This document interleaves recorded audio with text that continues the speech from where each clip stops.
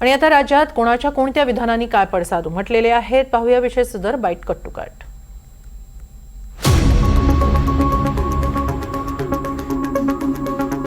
राज्यात आणखी एक 500 कोटींचा घोटाळा झाल्याचा दावा अंजली दमानिया यांनी केलाय। 500 कोटींचं हॉस्पिटल नातेवाईकांना दिल्याचा आरोप त्यांनी अजित पवारांवर केलाय। राजकारण्यांनी कुठचीच गोष्ट आता सोडलेली नाही। म्हणजे भूखंड ते भूखंड, आता हॉस्पिटल्स म्हणा, स्विमिंग पूल म्हणा, उद्यानं म्हणा, सगळंच त्यांना त्यांच्या घशात घालायचंय। आणि इतका संताप होतो या गोष्टीचा की खरंच पाहवत नाहीये। मुंबईच्या गोवंडीमध्ये शताब्दी नावाचं एक हॉस्पिटल आहे जे बीएमसीनी 500 कोटी रुपये खर्च करून बांधलेलं आहे। आणि ते कोणाचे पैसे आहेत? ते तुमचे माझे पैसे आहेत। जमीन कोणाची आहे? तुमची माझी, म्हणजे लोकांची आहे। आणि ते लोकांसाठी बांधलेलं हॉस्पिटल त्याचा एक पीपीपी तत्वावर एक नवीन प्रकारे, म्हणजे ते खरंच एक खूप मोठं फ्रॉड आहे। या तत्वावर ही हॉस्पिटल्स या सगळ्या राजकारण्यांच्या घशात घालण्याचा एक डाव केला जातोय, जो खरं हाणून पाडणं गरजेचं आहे। तेरणा प्रकरण अजित पवारांपर्यंत सीमित नाही तर राणा जगजित सिंह यांच्यापर्यंत जातं, असं प्रत्युत्तर सुप्रिया सुळे यांनी दिलं। मला एवढंच विनम्रपणे सांगायचं अंजलीताईंना की तेरणा ट्रस्ट हा जरूर पद्मसिंह पाटील साहेबांचाच आहे, पण एक कदाचित माहिती त्यांच्यापर्यंत पोहोचली नसेल की हा तेरणा ट्रस्ट, तुम्हाला आठवत असेल तुमच्याच सगळ्यांच्या चॅनलमध्ये मागच्या आठवड्यात एक तुम्ही बातमी दाखवली की तुळजापूरला जो ड्रग्समध्ये जो माणूस ज्याला अरेस्ट झाली, ज्याला अरेस्ट केली, अशा माणसाला जो ड्रग्समध्ये, आणि इथल्या तिथे कुठे नाही, जे आपलं श्रद्धास्थान आहे तुळजा भवानी मंदिर, जिथे आपलं श्रद्धेचं स्थान आहे, तिथे जो माणसाने ड्रग्समध्ये अडकलाय त्याला भारतीय जनता पक्षामध्ये घेतला, ते राणा जगजित सिंग, ते आता हा ट्रस्ट बघतात। म्हणजे दमानिया फक्त अजित पवारांवरच का बोलतात? मुरलीधर मोहोळ यांच्या घोटाळ्यावर त्या का बोलत नाहीत, असा सवाल सुषमा अंधारे यांनी उपस्थित केलाय।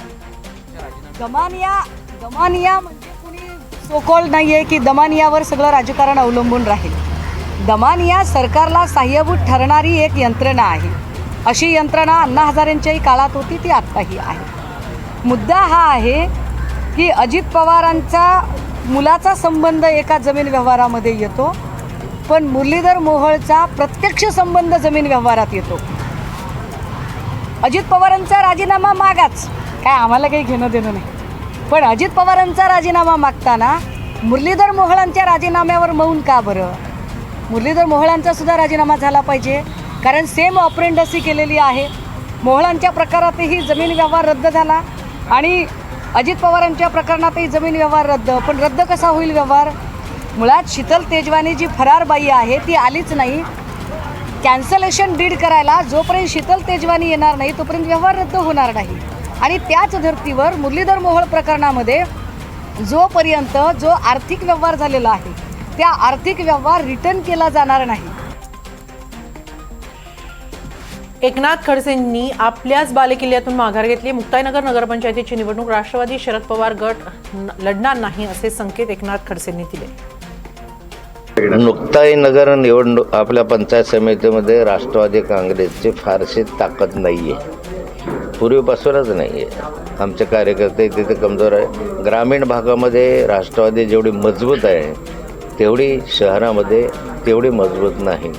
त्यामुळे त्या ठिकाणी 4 ते 5 जागा लढवण्याचा आम्ही विचार करतो आहे। तेवढ्या जागा ज्या ठिकाणी येण्याची शक्यता आहे अशाच ठिकाणी आम्ही निवडणूक लढवू, अथवा नगरपालिकेमध्ये एखाद्या वेळेस आम्ही राष्ट्रवादी पक्ष निवडणूक लढवणार सुद्धा नाही। स्थानिक पातळीवर निर्णय सुरू आहेत। जर कुठे युती होत नसेल तर शत्रू समजू नका, अशी प्रतिक्रिया संजय शिरसाटांनी दिली आहे। वरिष्ठ नेत्यांशी या बाबतीमध्ये आमचं बोलणं झालेलं आहे आणि त्यांनी सगळ्यांनीच, मग देवेंद्र फडणवीस असेल, एकनाथ शिंदे साहेब असतील की अजितदादा असतील, लोकल निर्णय लेवलवर तुम्ही निर्णय घ्यावा असं त्यांनी सूचित केलेलं आहे। संभाजीनगरमध्ये निश्चितच शिवसेनेची जास्त ताकद आहे। 6 आमदार आहेत, भाजपचे 3 आहेत, आणि मग यामध्ये थोडी तडजोड व्हायला अडचण निर्माण झाली होती, म्हणून आम्ही त्यांनाही सांगितलं शक्य तो आमदारांच्या लेवलला त्यांनी तो निर्णय घ्यावा आणि युती होत नसेल तर आपल्या विरोधात आपले दुश्मन आहे असं समजून निवडणूक लढवू नये आणि चांगल्या पद्धतीने काही का असेना शिवसेनेचा आणि या महायुतीचा भगवा या नगरपालिकेवर फडकावा त्यासाठी प्रयत्न करावे. सिंधुदुर्गात युती व्हावी अशी आमची इच्छा होती. नारायण राणेंशी चर्चा करून अर्ज भरण्यात आले अशी प्रतिक्रिया उदय सामंत यांनी दिली आहे. नाही, काही ठिकाणी मैत्रीपूर्ण लढती होऊ शकतात. हा काय आमच्यातला मतभेद नाही किंवा मनभेद नाही. शेवटी अजितदादा देखील आमचे उपमुख्यमंत्री आहेत, ते देखील सरकारमध्ये काम करत आहेत. काही ठिकाणी त्यांनी अर्ज भरलेले आहेत. अजून फॉर्म मागे घ्यायला भरपूर दिवस आहेत. आम्ही विचार करू.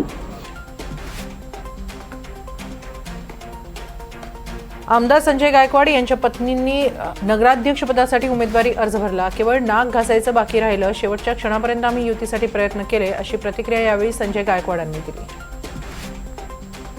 तर आता प्रत्येकालाच लढावंसं वाटतं. त्याच्यामुळे कार्यकर्ते कोणी ऐकायच्या मनस्थितीमध्ये नाही आहेत किंवा काही लोकांच्या नेत्यांच्या भूमिका ह्या द्वेषातनं त्या ठिकाणी आपल्याला पाहायला मिळतात की केवळ समोरची व्यक्ती माझी राजकीय शत्रू आहेत म्हणून युती नको अशा काही लोकांच्या भूमिका आहेत. त्याच्यामुळे देखील हे परिणाम पाहायला मिळतात. आता बुलढाण्याची जनता सुज्ञ लोकांनी पाहिलं की ज्या पद्धतीनं भारतीय जनता पक्षाच्या तिकिटाचं वाटप झालं की ज्या लोकांच्या घरातून भारतीय जनता पक्षाची सुरुवात झाली, ज्यांच्या घरातनं तिकीट वाटल्या गेली त्यांच्या घरातच तिकीट नाकारल्या गेल्यात.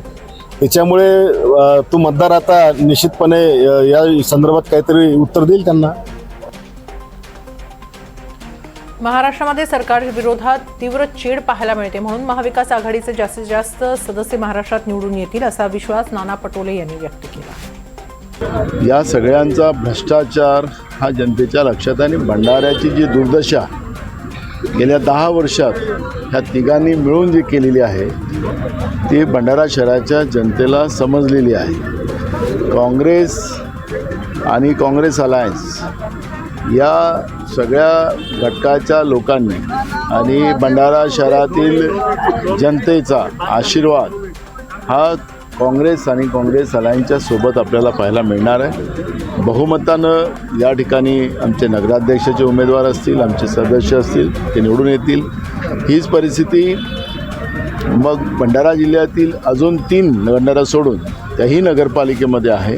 गोंदिया जिल्ह्यामध्येही 4 नगरपालिकांच्या निवडणुका आहेत आणि त्याही निवडणुकांमध्ये काँग्रेस आणि अलायन्स आपल्याला बहुमतानं निवडून आलेलं पाहायला मिळणार. माझ्यावर टीका केली तरी चालेल, पण गावावर टीका केलेली मी खपवून घेणार नाही असा इशारा रणजित पाटील यांनी उज्ज्वला थिटेंना दिलाय. शिरेवर त्यांचा झेंडा होता, त्यांचा एक उमेदवार तो उभा करायला तिथं राहिला नाही आणि हे शैल्य कुठंतरी वरिष्ठांना वाटायला लागलं आणि म्हणून करता आम्हाला नामोहरण करायचं, आम्हाला बदनाम करायचं आणि म्हणून करता सत्तेचा दुरुपयोग करून लोकशाही मार्गानं चाललेलं हे गाव दबावाखाली कुठून तरी बाहेरून एखादं पार्सल आणायचं. अनेक लोक बाहेर गावी आमच्या गावचे राहायला गेलेले असतात. ते तिकडं असले तर आम्ही काय त्यांचं मतदान कमी करत नाही. मग असे पुण्याला वगैरे गेलेले काही लोक त्यांना हाताशी धरून त्यांना इथं आणून फॉर्म भरून आमच्या गावाला गालबोट लावण्याचं काम ही ज्या पक्षात मी प्रामाणिकपणे 40 वर्ष काम केलं त्या पक्षाच्या नेतृत्वाने केला असा माझा आरोप आहे. 2 तारखेला निवडणूक होतीये. जनता योग्य तो निर्णय देईल अशी प्रतिक्रिया राजन पाटील यांनी दिली आहे. त्यांना बोलून समज द्यावीच लागती. एखाद्या आई वडिलाला सांभाळत नाही त्याला बोलून समज द्यावीच लागती. एखादा शेतकऱ्याचं काही भांडणं करतो एकमेकांसंग त्याचा बी प्रपंच उद्ध्वस्त त्याचा त्याच्यासाठी आम्हाला त्यांना समज द्यावं लागते. याला जर ते दादागिरी म्हणत असतील तर मला नाईलाज आहे. परंतु त्यांनी एक माणूस या भागातला एक माणूस की राजन पाटलांनी आम्हाला मत दिलं नाही किंवा आमच्या पॅनलला मत दिलं नाही म्हणून करता सिंगल माणूस जर त्यांनी आरोपात सिद्ध केला तर म्हणल ती शिक्षा मी घ्यायला तयार आहे.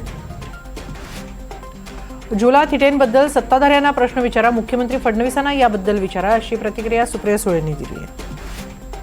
हा प्रश्न मला विचारायच्या ऐवजी तुम्ही सत्ताधाऱ्यांना विचारला पाहिजे. सत्तेमध्ये असलेल्या लोकांनी राज्याचे गृहमंत्री अनेक वेळा पुण्यात येतात. माझी विनम्र विनंती आहे तुम्हाला की देवेंद्रजी दर आठवड्याला पुण्यात येतात, त्यांना हे प्रश्न तुम्ही विचारले पाहिजेत, कारण का हे चिंताजनक आहे आणि एका सशक्त लोकशाहीसाठी हानिकारक आहे. सिंधुदुर्गात युती होण्याची आम्ही वाट बघत होतो, मात्र ते झालं नाही, म्हणून आम्ही शहर विकास आघाडीला पाठिंबा दिला, अशी प्रतिक्रिया राजन तेली यांनी दिली आहे. पर्यंत युती होईल अशा अपेक्षित आम्ही होतो, पण कुठल्याही प्रकारचा निर्णय भारतीय जनता पक्षाकडून आला नाही आणि म्हणून मग काल उदय सामंत असतील, निलेश राणे असतील, या सगळ्यांच्या विचाराने आम्ही पुढे जायचा निर्णय घेतला की आता आपण स्वतंत्र लढायचं आहे आणि मग इथे कणकवलीमध्ये शहर विकास आघाडी त्यांना मदत करायची, असा कालच निर्णय रात्री उशिरा तो निर्णय झाला.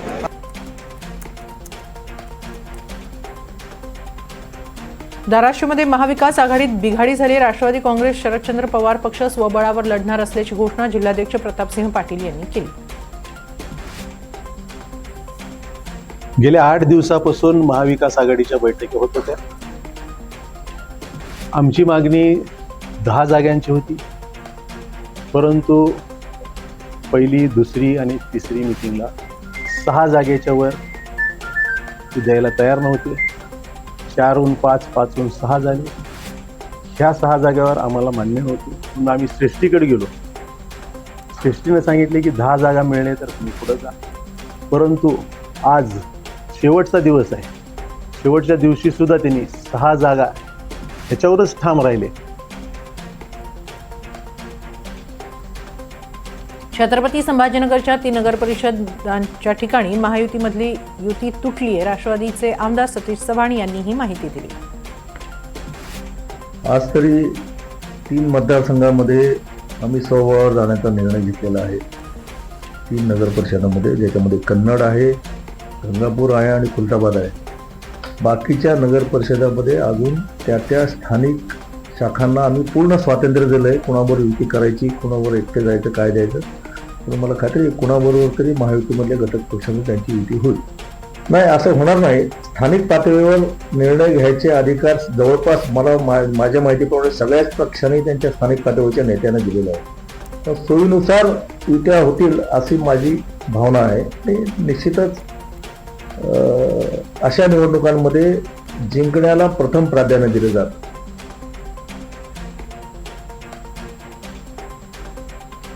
तटकरे यांना खासदार म्हणून 2 वेळा निवडून दिलं, त्यांनी महाडसाठी काय केलं हे सांगावं, असा सवाल गोगावली यांनी सुनील तटकरे यांना केलाय. परंतु दुर्बीण पण घेण्याची आवश्यकता नाही. आता ज्या छत्रपती शिवाजी महाराज चौकाचं सुशोभीकरण केलं हे तुमच्या समोरचं काम आहे. जिजामाता उद्यानचं दर्शनी काम केलेलं आहे ते तुमच्या समोरचं काम आहे. वीरेश्वर महाराजांच्या तलावाचं सुशोभीकरणाचं काम चालू आहे. तिकडे जे काय हापूस तलाव त्याचं काम तिकडे चालू आहे. मराठीचा अभिमान आम्हाला आहे, मात्र मनसे जे भाषिक वाद करते त्याला विरोध आहे, अशी प्रतिक्रिया काँग्रेस नेते सचिन सावंत यांनी दिली. आता ज्या पद्धतीची राजकीय समीकरणं समोर येत आहेत त्या समीकरणाला उद्देशून आम्ही आमचं स्वतंत्र आहोत आम्ही निर्णय घेण्यासाठी. आणि काल उद्धवजींनी स्वतःही सांगितलं की प्रत्येक पक्ष स्वतंत्र आहे त्यांच्या पद्धतीने कशा. आणि स्थानिक स्वराज्य संस्थांच्या या निवडणुका आहेत, स्थानिक मुद्द्यांवर होतात. आणि आपल्याला माहिती असेल की काँग्रेस, राष्ट्रवादी काँग्रेस एकत्र होतो सत्तेमध्ये, परंतु स्थानिक पातळीवरती जेव्हा निवडणूक आल्या आम्ही वेगळे लढलेलो आहोत. परंतु ह्यामध्ये काँग्रेसचा विचार प्रत्येक बूथवरती घेऊन जाण्याचा आमचा मानस आहे. राष्ट्रवादी काँग्रेस हा आमचा वैचारिक मित्र पक्ष आहे, त्यांच्याशी आम्ही नक्कीच चर्चा करू, पुढची रणनीती ठरवू, अशी प्रतिक्रिया सचिन सावंतांनी दिली आहे. आणि त्यावेळेला आम्ही एकत्र आलो होतो तेव्हाच आम्ही सांगितलं होतं की आमचा विचारिक मतभेद आहेत. शिवसेनेचा विचार आणि आमचा विचार एक नाही. प्रश्न असा आहे की त्यासाठी कॉमन मिनिमम प्रोग्राम आम्ही ठरवला होता. या मुद्द्यांवरतीच ते सरकार चालेल आणि त्याच अनुषंगानं ते सरकार चाललं होतं. महाविकास आघाडीची आवश्यकता नाही असं पहिलं विधान जर केलं असेल तर ते संजय राऊत यांनी केलं होतं. आपल्याला आठवत असेल सुरुवातीला या निवडणुकीमध्ये महाविकास आघाडीचीच आवश्यकता आहे असं नाही. आणि त्यावेळेला त्यांची जे काही चर्चा चालू होती त्यावेळेला जर त्यांनी आम्हाला सांगितलं असतं, आमच्याशी चर्चा केली तर आम्ही आमचं मत पहिल्यांदाच मांडलं असतं. परंतु 2 भाऊ एकत्र येतात, आमच्या शुभेच्छा आहेत, त्या कौटुंबिक दृष्टिकोनातून आहेत. राजकीय दृष्टिकोनातून कुठल्याही तऱ्हेची तडजोड न करणं ही भूमिका काँग्रेस पक्षाची.